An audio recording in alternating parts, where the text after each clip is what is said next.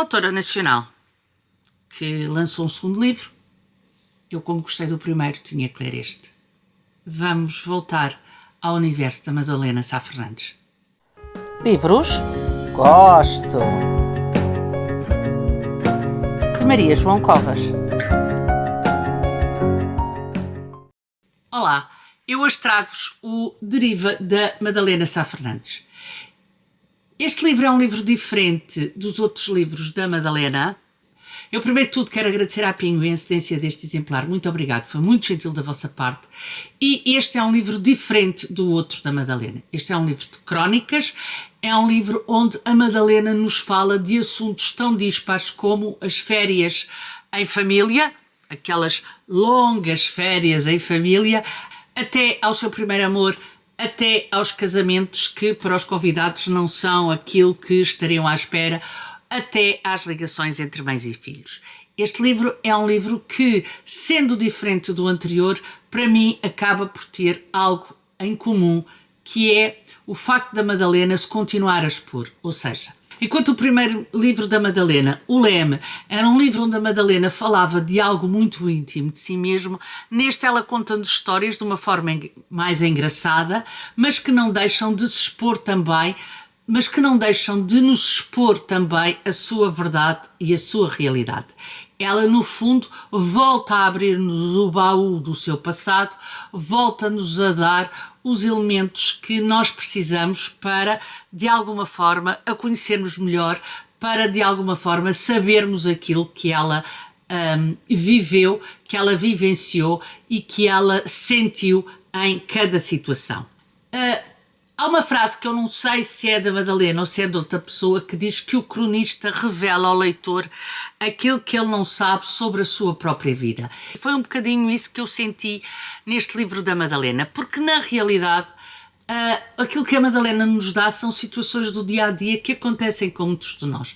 Obviamente algumas não aconteceram, outras acontecem, outras são algo que nós vamos gerindo ao longo da vida e são algo que também nós pensamos, pelas quais também nós passamos e muitas vezes com reações iguais às nossas. Daí, muitas vezes também estas crónicas nos levarem ao riso fácil, nos levarem ao riso, nos levarem à comoção.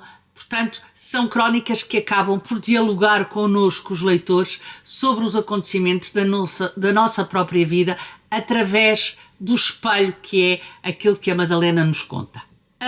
Deixem que vos diga também que eu acho que, e quem for ler este livro deverá ler o prefácio. O prefácio é brilhante, ajuda muito também a compreender o livro, ajuda muito também a compreender este universo da Madalena Sá Fernandes e ajuda muito principalmente a compreender esta relação entre o leitor e as crónicas da Madalena Sá Fernandes.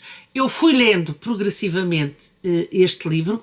A crónica é um estilo de que eu não sou particularmente fã, mas eu tinha gostado do Leme e, portanto, queria muito ler este livro da Madalena Sá Fernandes e achei por bem ler assim, quase pausadamente, as crónicas da Madalena. Isto porquê? Porque desta forma eu consegui também saborear quase individualmente cada uma das crónicas da Madalena. Se este livro tivesse sido lido como um romance, certamente o prazer que eu tive em ler algumas crónicas e a forma como eu refleti sobre elas depois da leitura teria sido feita de uma maneira distinta e de uma forma distinta. Outro aspecto muito interessante neste livro e que vem confirmar o Leme é a escrita da Madalena Sá Fernandes. Sendo um estilo diferente, porque a crónica é um estilo mais, se quiserem, jornalístico, digamos assim, há aqui uma escrita viva e há aqui uma escrita que nos traz o real, ou seja, há aqui uma escrita que nos traz a verdade que a crónica precisa, por um lado, e por outro lado, a verdade que, mais do que a crónica jornalística, é quase uma crónica emocional, onde eu acabo por conseguir perceber onde estou, acabo por conseguir perceber em que medida é que eu também estou naquele texto e acabo por perceber em que medida é que a autora está naquele texto. E isso é algo que se tornou, a meu ver, muito interessante. e que de alguma forma acentuou esta ligação com a escrita da Madalena Sá Fernandes. Ela aqui vai buscar memórias que, sendo dela, acabam por também ser nossas, vai buscar recordações que também, sendo delas, acabam por também ser nossas, vai buscar a nossa própria ironia, as nossas próprias gargalhadas, a nossa própria forma de estar na vida. Verdade seja dita que a forma como este livro de crónicas me tocou, para mim foi surpreendente. Lá está, porque eu não leio muitas crónicas, como vocês sabem, se acompanham o canal já há algum tempo sabem isso muito bem, e portanto esta forma de sentir as crónicas da Madalena quase como se fossem histórias minhas é algo que me despertou muito interesse e que me deixou de alguma forma perplexa, se quiserem, exatamente por esta sensação de que falavam comigo, eram parte também de mim e das minhas memórias coletivas. É também um livro que acaba, e a escrita mostra isso, o que é muito interessante, por mostrar, por outro lado, uma certa, eu quase que dizia, vulnerabilidade. Ou seja, aquilo que a Madalena Sá Fernandes nos faz aqui é dar-nos lá está, como nos dá a sua verdade, dá-nos também a sua forma de estar e aquilo que é a sua alma. Nós já estávamos habituados a isso com o Leme, esta honestidade da Madalena, esta forma de mostrar, mesmo que, digamos assim, às vezes não fosse o politicamente correto, mas na verdade mostrar aquilo que ela sentia, está acentuado por estas crónicas, é acentuado nestas crónicas e é algo que eu acho que faz parte não só da forma como a Madalena está na escrita, mas da escrita da Madalena. É algo que eu diria que é quase intrínseco à forma como ela exprime aquilo que nos quer dizer, exprime aquilo que ela acha que é importante deixar para a posteridade e que faz com que nós nos tornemos mais conscientes da nossa própria história, mais conscientes das nossas memórias, mais conscientes na nossa forma de analisar aquilo que nos aconteceu e que de alguma forma é semelhante àquilo que a Madalena retrata. E só por esse ponto de vista eu achei este livro fantástico, porque lá está, esta ligação das crónicas ao estilo jornalístico levar-me-ia a que estivéssemos aqui a falar de uma verdade absoluta. Mas a crónica não é isso. A crónica é exatamente este contar o que aconteceu àquela pessoa e que no fundo pode ser muito semelhante àquilo que me aconteceu a mim. E isso faz com que este livro seja muito intimista e ao mesmo tempo muito reflexivo.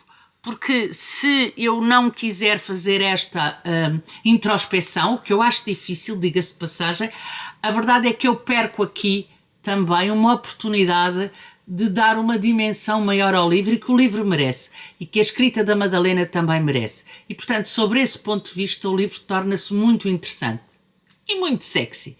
E depois de lerem vão perceber porque esta frase. Se quiserem aqui uma criação de uma comunidade à volta daqueles textos e à volta daquelas crónicas. No fundo, é um texto que aproxima a pessoa que escreveu da pessoa que lê e aproxima, no fundo, esta ideia de não estarmos sozinhos. Esta criação de que, afinal de contas eu tive uma história semelhante, afinal de contas eu pensei de uma forma semelhante e se calhar não era tão descabido quanto isso. E isso faz com que este sentimento de pertença se manifeste ao longo de todo o livro. Este olhar para o escritor e ver alguém que é semelhante, alguém que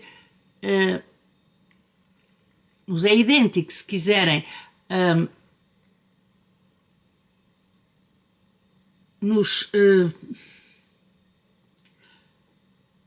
dá a sensação de uma comunidade. É isso. Nos dá a sensação de pertença a uma comunidade, que neste caso serão as dos leitores da Madalena Sá Fernandes. É um livro que eu acho que, e já vos contei, eu li-o assim ao longo do mês, fui lendo uma crónica hoje, uma crónica amanhã, e acho que foi a melhor maneira de ler o livro. Porque lá está, para além de me permitir fazer essa introspeção, que eu acho que é um dos objetivos da Madalena, se não for, desculpa Madalena, mas a verdade também é que a mim deu-me essa dimensão. E é por isso que eu acho que este é daqueles livros que eu costumo dizer que têm que estar ou na mesa de cabeceira ou numa prateleira muito próxima, porque em qualquer altura poderá me apetecer voltar a este universo, abrir o livro, ler uma crónica, voltar a fechá-lo, pô-lo na prateleira. Isso faz com que o livro se reinvente, porque a pessoa que o vai ler mais tarde já não sou eu, é outra pessoa. É alguém que já vai para o livro com uma determinada visão e que pode, e eu acho que vou ser surpreendida por ele e, portanto, e por a visão que eu tenho destas crónicas neste momento. Quer as que me fizeram rir, quer as que me fizeram lacrimejar, quer aquelas que eu li, parei e depois voltei por achar que eram, se quiserem, íntimas demais ou que me despertavam recordações que eram íntimas demais. É um livro que é muito mais do que um livro de crónicas, é um livro que acaba por ser a descoberta de uma autora e, no fundo, depois a descoberta de nós mesmos. E isso é muito interessante e muito importante. Claro que depois há umas crónicas que eu gostei mais e umas crónicas que eu gostei menos, mas isso é como qualquer livro de crónicas, é como qualquer livro que nós estamos a ler. Há sempre umas partes que gostamos mais, umas partes que falam mais connosco e umas partes que falam menos. E eu não resisto a ler-vos uma crónica que marquei que se chama A Oração do Sono e diz assim: eu que durmo pouco, portanto, como veem, tem tudo a ver. Cresci numa família devota do sono. Quando dormia em casa de outras pessoas, feria-me do respeito que elas demonstravam pela entidade que crescia a adorar. Casas onde pais entravam ao fim de semana nos quartos dos filhos e abriam os stores. Casas onde se batiam entusiasticamente palmas matinais. Aspiradores que empurravam as portas e que vinham na minha direção prontos a aspirar-me a alma. Na minha família havia um respeito bíblico em volta do sono e uma fatalidade em relação ao tema semelhante à que se tem com a morte. Lembro-me de ligarem para a minha casa com assuntos urgentes e de eu responder: a minha mãe está a dormir. Era sinónimo de: é impossível resolver agora. Os olhares que os adultos lançavam às crianças que os tinham acordado era mortífero. Se alguém estava a dormir, passávamos pelos corredores com os sussurros da igreja, evitando-se o uso de secadores e de varinhas mágicas, engoliam-se as tosses. Nas férias, observava a minha avó e as minhas tias a prepararem o quarto de dormir, com a determinação de raptores que preparam uma cave para esconder reféns. As persianas eram lacradas até à última fresta. Depois, fechavam-se as portadas e, num gesto sem misericórdia, ainda se corriam as cortinas para que nenhum raio indesejado de sol ousasse penetrar nos nossos aposentos. Caso uma pequena brecha escapasse, havia fita cola e chouriças de pano prontas a obstruí-la. Jamais soube se era dia ou noite no quarto da minha avó. Era um espaço sem tempo, sem meteorologia, um templo de adoração ao sono, cheio de robes, cremes, cobertores, pantufas, aquecedores, chás, penicos, botijas de água quente. Todos os rituais do sono eram respeitados. Fazia-se a cama com o máximo afinco e sem vislumbre do mínimo vinco. O respeito não se limitava ao sono, alargando-se aos perímetros que o antecediam e lhe sucediam. Por outras palavras, depois do não incomodes que ela está a dormir, seguia-se um momento que exigia igual respeito. Não incomodes que ela está a acordar. Na minha família, ou se está a dormir, ou se está a acordar. Acordar não significa abrir os olhos, nem tampouco levantar-se. Há um período amorfo em que nos movimentamos com gestos lentos, enquanto o café está a ser feito, ao mesmo tempo que a reintegração na realidade e em que é fundamental não perturbar. O acordar da minha mãe estende-se por um longo período em que nenhuma questão lhe deve ser dirigida, sob pena de receber como resposta: agora ainda estou a acordar. Como se não bastasse, o sono continua a ocupar um tema central nas conversas.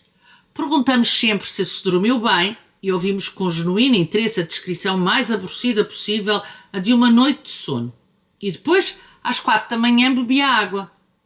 Se por acaso não dormimos bem, temos necessidade de comunicá-lo, ou seja, nos queixarmos disso. Quando alguém nos conta de uma noite mal dormida, sentimos pena e damos as condolências, como se falássemos de uma doença. O quarto é a nossa catedral. A cama, o nosso santuário. As histórias de embalar, a nossa Eucaristia. O sono, a nossa fé. Oremos, irmãos. Eu achei esta, enfim, deliciosa, porque na realidade, eu que não dou tanta importância ao sono, achei mesmo delicioso esta crónica da Madalena, e é isto mesmo que a Madalena faz, mais que não seja por oposição, leva-nos a refletir sobre os nossos hábitos, sobre aquilo que nós fazemos habitualmente, sobre a nossa forma de estar na vida. E isso é de um livro que merece a pena ser lido. E pronto, aqui fica a minha opinião sobre Deriva, da Madalena Sá Fernandes. Digam-me se já leram, digam-me se estão a pensar ler, digam de vossa justiça e vemos no próximo vídeo. Tchau, até o próximo vídeo.